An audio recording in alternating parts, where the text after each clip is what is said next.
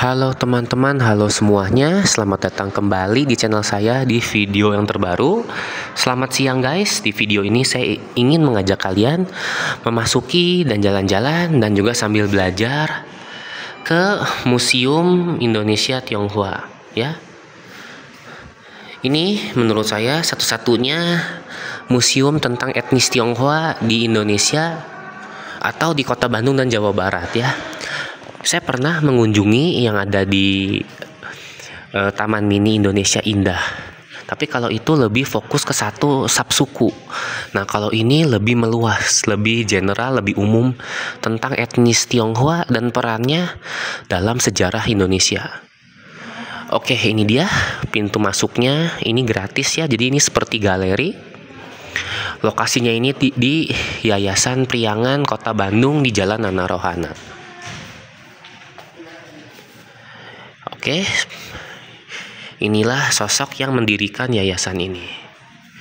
Nah, bisa dilihat ada banyak sekali pejabat yang pernah hadir dan masuk ke museum ini. Ini nama resminya Museum Kebudayaan Tionghoa. Oke, kita sudah memasuki ke dalam museumnya.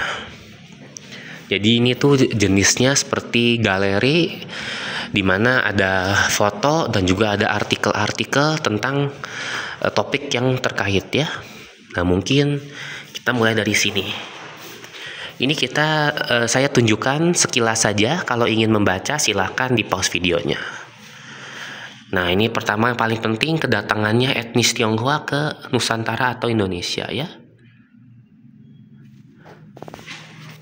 Oh, ternyata sudah lama banget guys. Bayangin, dari tahun 200 sebelum Masehi, jadi sudah 2200 tahun. Sudah ada catatannya tentang migrasi Tionghoa ke Nusantara ya. Berbagai dinasti di daerah Tiongkok sana. Sampai masa kolonial Belanda, pendudukan Jepang sampai Indonesia merdeka. Ya. Nah, ini lebih spesifik lagi jalurnya, asal usulnya provinsi mana di Tiongkoknya. Oke, kemudian di sini ada yang paling terkenal yaitu Cheng Ho. Pasti di seluruh kota di Indonesia, di kota besar atau di kota pesisir, khususnya di daerah Pantura Pulau Jawa, banyak banget peninggalan dari Cheng Ho, entah itu kelenteng atau bangunan ya. Oke, kita lanjut. Kita coba buat videonya sesingkat mungkin. Ini ada peta dunia yang dibuat oleh seorang Tionghoa. Nah, ini kita lihat kelibatannya orang Tionghoa dalam pembuatan Sumpah Pemuda tahun 1928. Jadi hanya ada 2 orang Tionghoa yang terlibat. Ini dia sosoknya.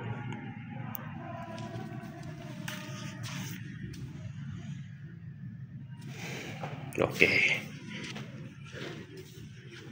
Nah, dan juga dalam BPUPK tentang pembuatannya Pancasila ada 4 orang Tionghoa juga. Inilah sosok-sosok beliau.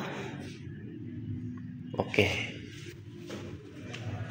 Kemudian PPK juga ada kelibatannya orang Tionghoa, 1 orang saja.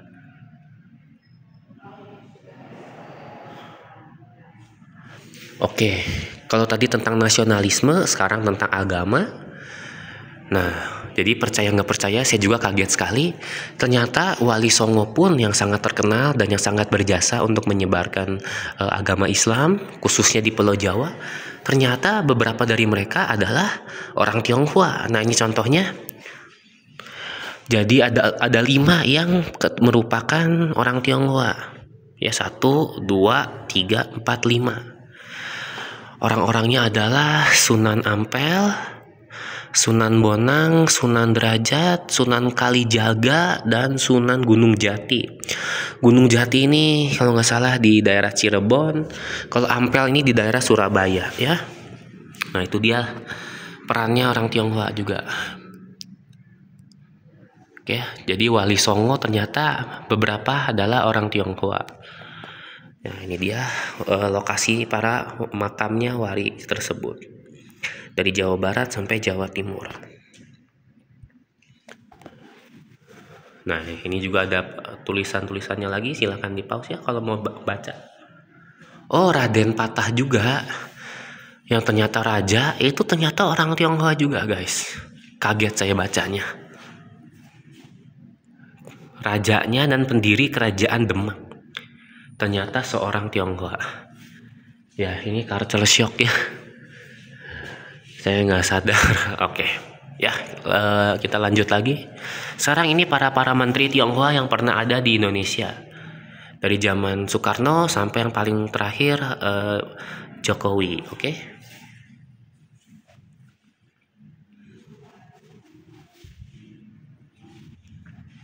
Ya, Kwik Yanggi itu zaman Orde Baru terkenal banget.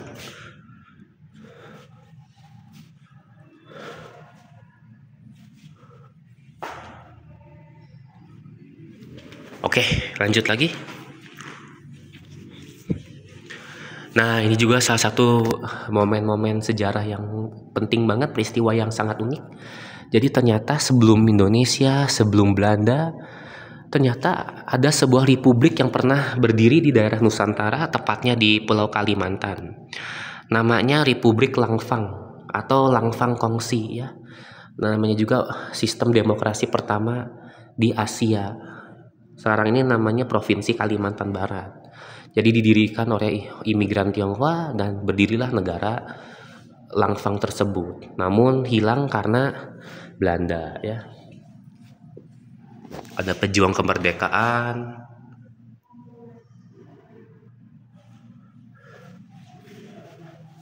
Nah, ini guys, tempat di mana ditulisnya naskah proklamasi oleh Soekarno dan Bung Hatta. Nah, tempatnya adalah rumah seseorang Tionghoa. Namanya Babah Jiao di Rengas Dengklok, Jawa Barat. Tempat ditulisnya proklamasi Indonesia. Oke.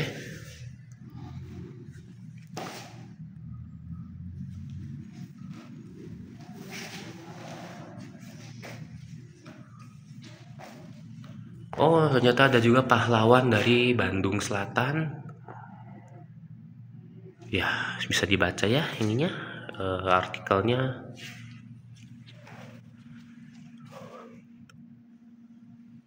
Wah, masa ternyata Presiden Abdurrahman Wahid atau Gus Dur pun memiliki keturunan Tionghoa juga sedikit ya. Baru tahu saya. Ya, ada Abdurrahman Wahid, John Lee itu dia itu dari TNI Angkatan Laut. Jauh Kisu ya.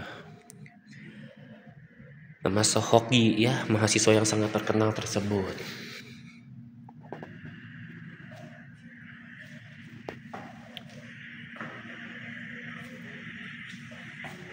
Banyak juga orang Tionghoa yang terlibat dalam gerakan kemerdekaan Indonesia ya.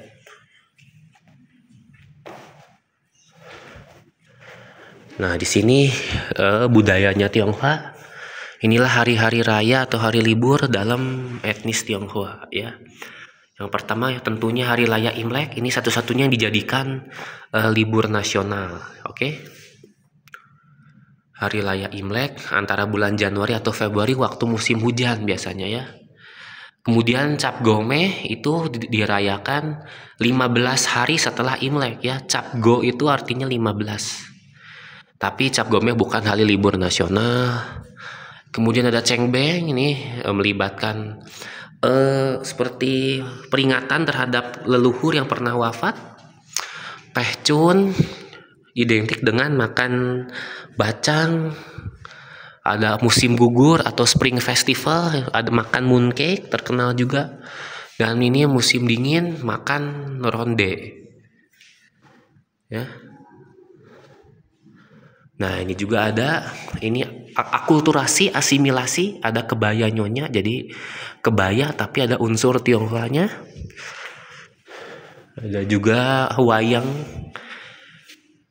dan catur. Ya, ini ada simbol 5 unsur elemen dan yin dan yang.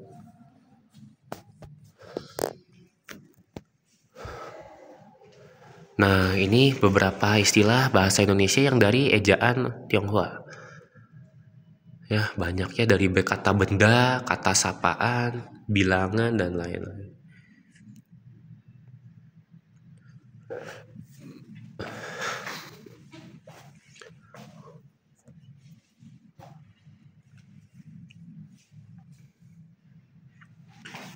Nah, ini budayawan, ada orang-orang Tionghoa. Ada musisi juga, ada Agnes Monica dan Chrisye. Ya, beliau salah satu artis favorit saya. Ya, ini pejuang reformasi juga ada. Sohyeokgi lagi.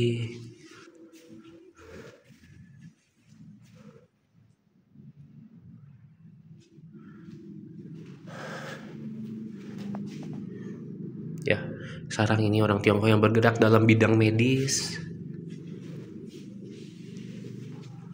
Ya, budayawan lagi.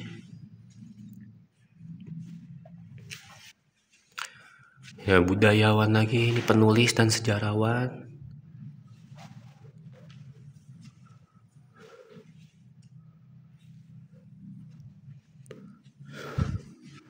Nah, sekarang di bidang atlet olahraga.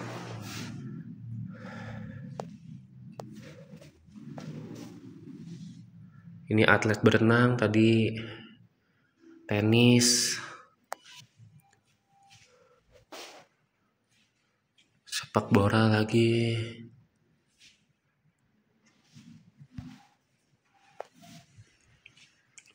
Ya, Thomas Cup,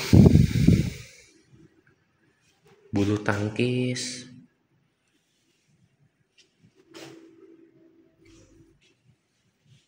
Ya, banyak banget ya.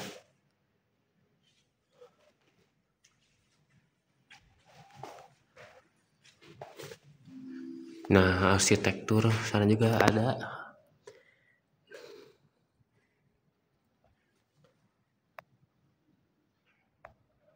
Oh, Pak Ciputra, salah satu developer terkenal. Sampai gedung DPR pun ya. Gedung Sate, Gedung Merdeka, ikon dan landmark Kota Bandung. Dan ini itu juga ya, penjara Sukamiskin. Oh, ternyata arsiteknya seorang Tionghoa, baru tahu saya. Oke.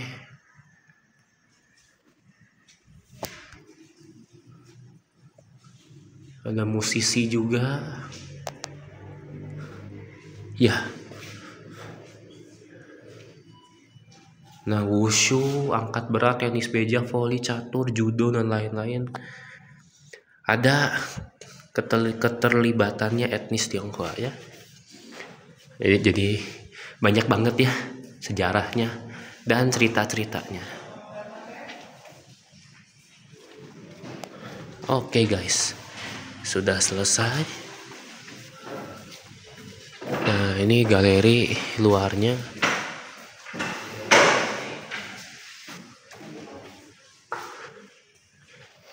Kalau ini tentang pembuatan museum etnis Tionghoanya. Ya, ini dia. Jadi nama lengkapnya ini Yayasan Dana Sosial Priangan atau YDSP. Nah, seperti ini ya, YDSP. Jadi ada museum, ada rumah duka, dan ada rumah sakit ya, ada 3. Semuanya terletak di Jalan Nana Rohana.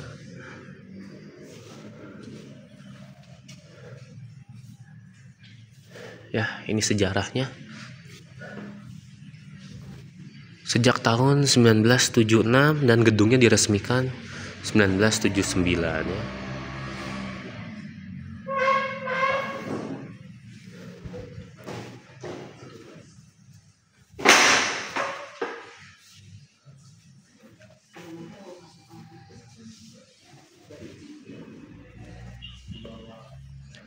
Nah, gedung sarang ini tahun 2011.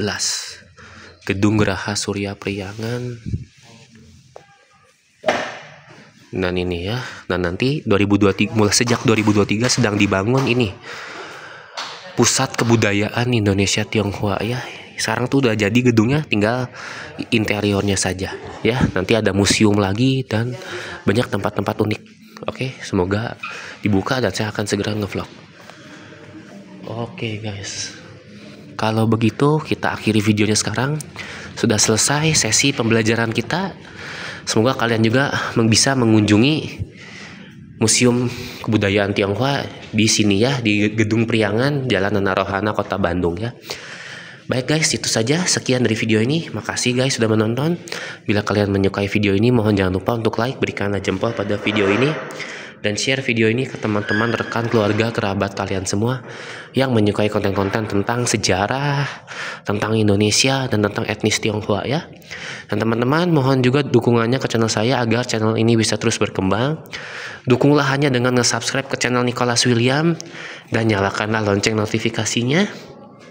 Kemudian stay tune guys, kita bertemu lagi di video selanjutnya. Ditunggu ya guys, terima kasih sebanyak-banyaknya. Mari guys, terima kasih sekali lagi. Salam sehat semuanya, ketemu lagi ya. Peace teman-teman.